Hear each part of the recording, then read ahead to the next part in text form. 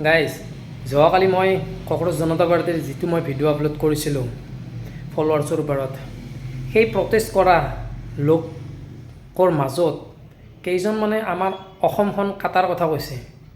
এতিয়া আমি অসমত বসবাস কৰোঁ, ইয়াৰে মাজত অসমৰ যদি প্ৰটেষ্ট কৰা মানুহে যদি এনেকৈ যদি কলা হয়, তেতিয়াহ'লে অসমত থাকিব দিলে হয় না? এতিয়া অসমৰ বাহিৰত কৈছে কাৰণে অসম কাটাৰ কথা কৈছে, মানে কক্ৰজ জনতা পাৰ্টিৰ প্ৰটেষ্ট কৰাসকলে।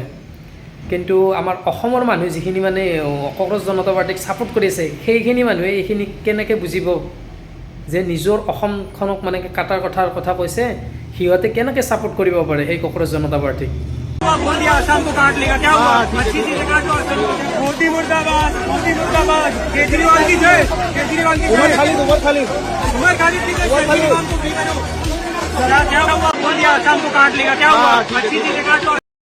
মোৰ এটা আন্দাজ, যিকেইটা মানে প্ৰটেষ্ট কৰি আছে তাতে বাংলাদেশী আৰু পাকিস্তানী সোপা আছে কিজানি, সিহঁতেই ক'ব পাৰিব যে অসমখন কাটি পেলাব লাগে।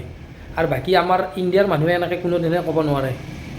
আৰু যদি আমাৰ এই অসমৰ মানুহখিনি যদি এই মানে কি কক্ৰজ জনতা পাৰ্টিক ছাপোৰ্ট কৰা মানুহখিনি চাই আছে এই মোৰ ভিডিঅ'টো, আপোনালোকে এবাৰ নিজৰ মনটোক এবাৰ সুধি চাব, আপোনালোকৰ নিজৰ অসমখনক কাটাৰ কথা কৈছে।